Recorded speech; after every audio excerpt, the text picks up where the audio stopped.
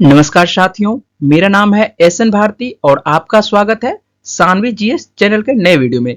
आज है 26 नवंबर 2024। हम लोग 24, 25 एंड 26 नवंबर 2024 से जितने भी करंट अफेयर्स के महत्वपूर्ण क्वेश्चन बन सकते हैं उस सभी पर डिस्कस करेंगे।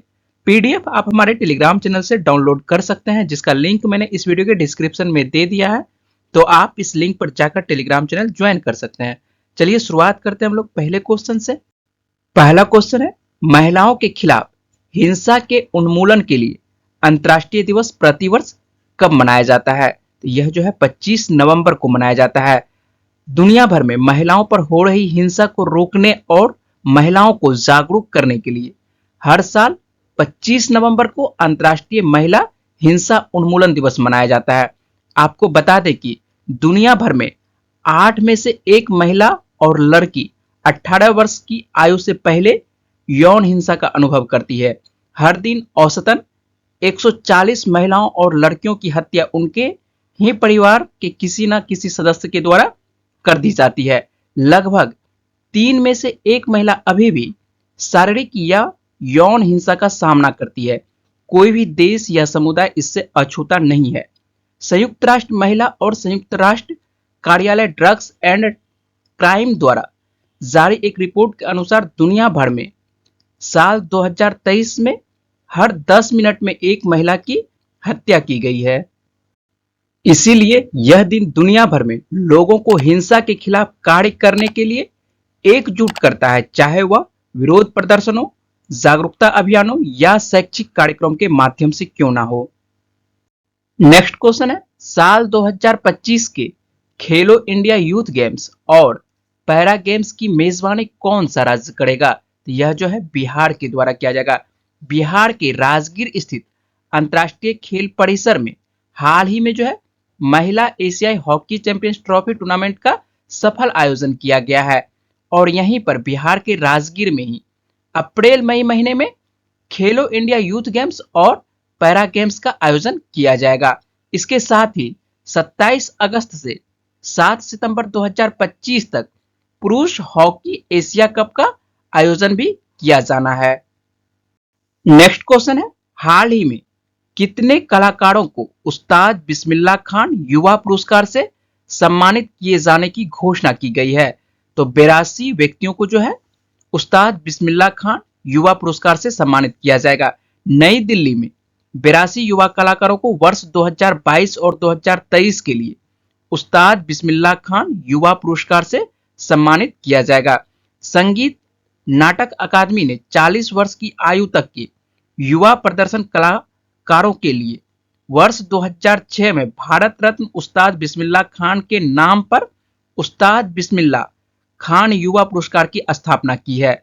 उस्ताद बिस्मिल्लाह खान युवा पुरस्कार हर साल संगीत, नृत्य, नाटक, लोक और आदिवासी कला और कठपुतली के क्षेत्र में उत्कृष्ट युवा कलाकारों को दिल्ली और दिल्ली के बाहर आयोजित एक विशेष समारोह में यह पुरस्कार दिया जाता है। इस पुरस्कार के अंतर्गत जो है 25,000 रुपये की धनराशि, एक पट्टिका एवं एक अंग वस्त्रम प्रदान किया जाता है। नेक्स्ट क्वेश्चन है, हाल ही में इसरो ने गगनयान मिशन के लिए किस देश की स्पेस एजेंसी के साथ समझौता किया है? तो यह जो है ऑस्ट्रेलिया के साथ समझौता किया गया है। इसरो ने अंतरिक्ष गतिविधियों में सहयोग को और मजबूत करने के लिए ऑस्ट्रेलियाई अंतरिक्ष एजेंसी के साथ जो है समझौता किया है।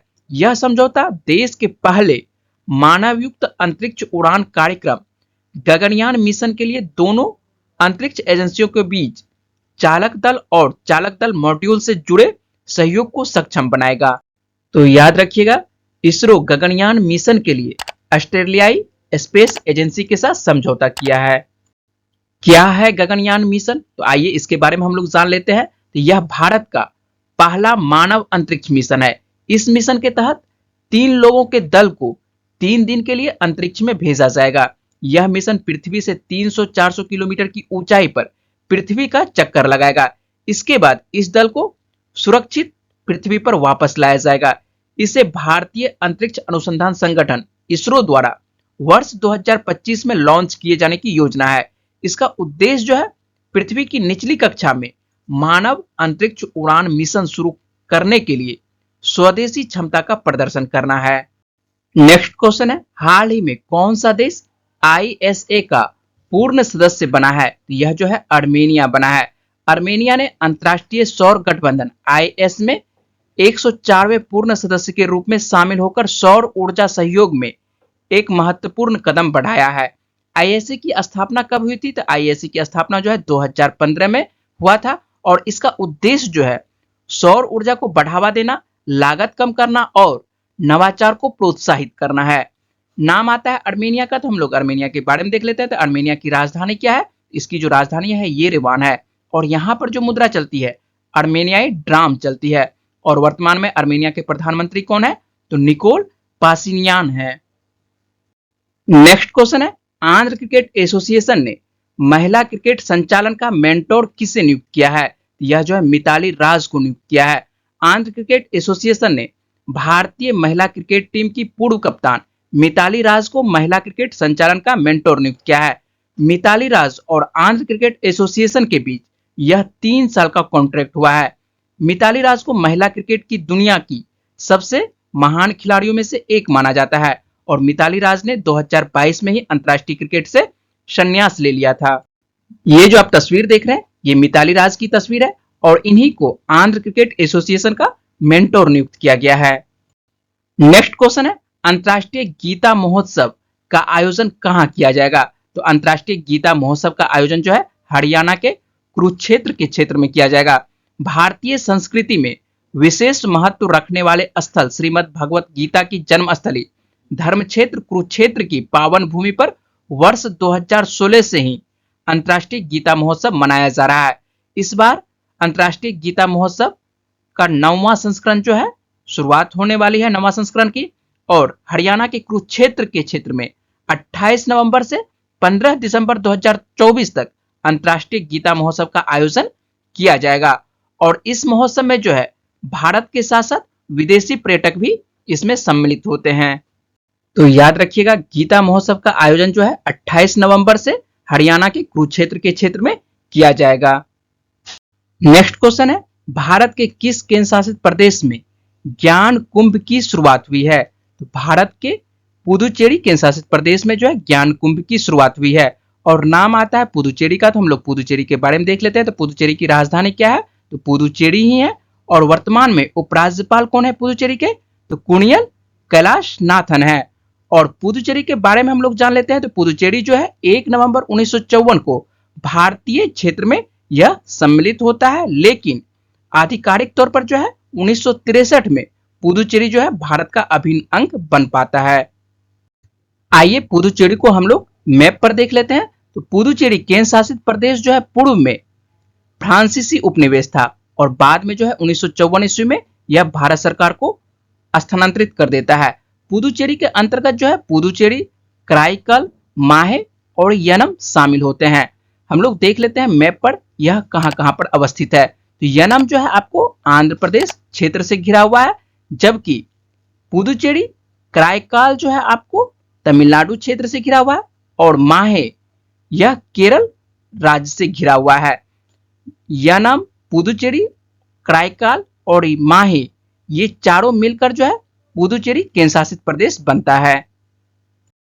नेक्स्ट क्वेश्चन है, भारत और किस देश के बीच सैन्य विमानों के लिए हवा से हवा में ईंधन भरने के लिए समझौता हुआ है? तो यह जो है ऑस्ट्रेलिया के साथ समझौता हुआ है।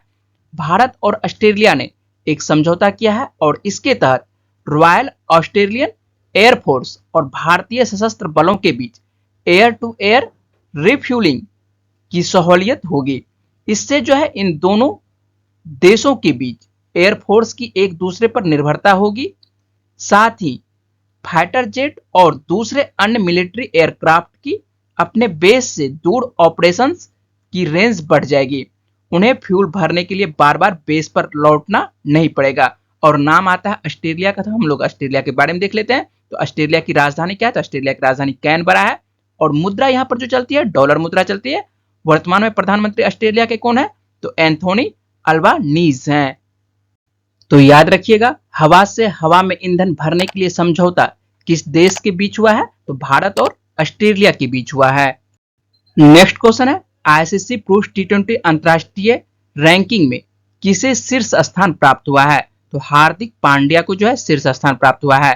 भारतीय ऑलराउंडर हार्दिक पांड्या ने आईसीसी टी20 इंटरनेशनल रैंकिंग में ऑलराउंडर श्रेणी में जो है पहला स्थान प्राप्त किया है। और ये जो आप तस्वीर देख रहे हैं ये हार्दिक पांड्या की तस्वीर है और यही अंतरराष्ट्रीय टी20 रैंकिंग में ऑलराउंडर श्रेणी में जो है प्रथम स्थान इन्हें प्राप्त हुआ है। नेक्स्ट क्वेश्चन है, हाल ही में किस देश ने लगभग 40 वर्षों में अपनी पहली राष्ट्रीय जनगणना शुरू की है? तो यह जो है इराक के द्वारा स्टार्ट किया गया है। इराक ने 1987 के बाद से अपनी पहली राष्ट्रीय जनसंख्या जनगणना शुरू करते हुए एक महत्वपूर्ण डेटा संग्रह पहल शुरू की है और नाम आता है इराक का। तो हम लोग इराक के बारे में देख लेते हैं। तो इराक की राजधानी क्या है? तो इराक की राजधानी बगदाद है और यहाँ पर जो मुद्रा चलती है इराकी दिनार मुद्रा चलती है। और वर्तमान में राष्ट्रपति कौन है इराक के? तो अब्दुल लतीफ रशीद हैं। नेक्स्ट क्वेश्चन है, हाल ही में भारत का 56वां टाइगर रिजर्व किसे घोषित किया गया है? तो भारत का 56वां टाइगर रिजर्व जो है गुरु घासीदास तमोड़ पिंगला टाइगर रिजर्व को घोषित किया गया है। और अधिकांश छात्रों ने इस प्रश्न का जवाब जो है कमेंट बॉक्स में सही दिए हैं। हम लोग आज का प्रश्न देख लेते हैं। हाल ही में महिला एशियाई हॉकी चैंपियंस ट्रॉफी 2024 का टाइटल किसने जीता है? इसका सही जवाब क्या है वो जल्दी से आपको कमेंट बॉक्स में बताना है। और मुझे उम्मीद है कि इस वीडियो में मैंने जितने भी इंपॉर्टेंट क्वेश्चन पर बात की है वो पॉइंट्स आपको समझ में आए होंगे। अगर आपको वीडियो अच्छी लगी तो वीडियो को लाइक करिएगा, शेयर करिएगा और अपने दोस्तों को वीडियो के बारे में बताइएगा। और चैनल को यदि सब्सक्राइब नहीं किए हैं तो सब्सक्राइब कर लीजिएगा जिससे कि आपको प्रत्येक दिन करंट अफेयर्स मिलता रहे। चलिए मिलते हैं आप लोगों से अगली वीडियो में। तब तक के लिए अपना ख्याल रखिएगा, पढ़ते रहिए। वीडियो में बने रहने के लिए बहुत बहुत शुक्रिया, धन्यवाद।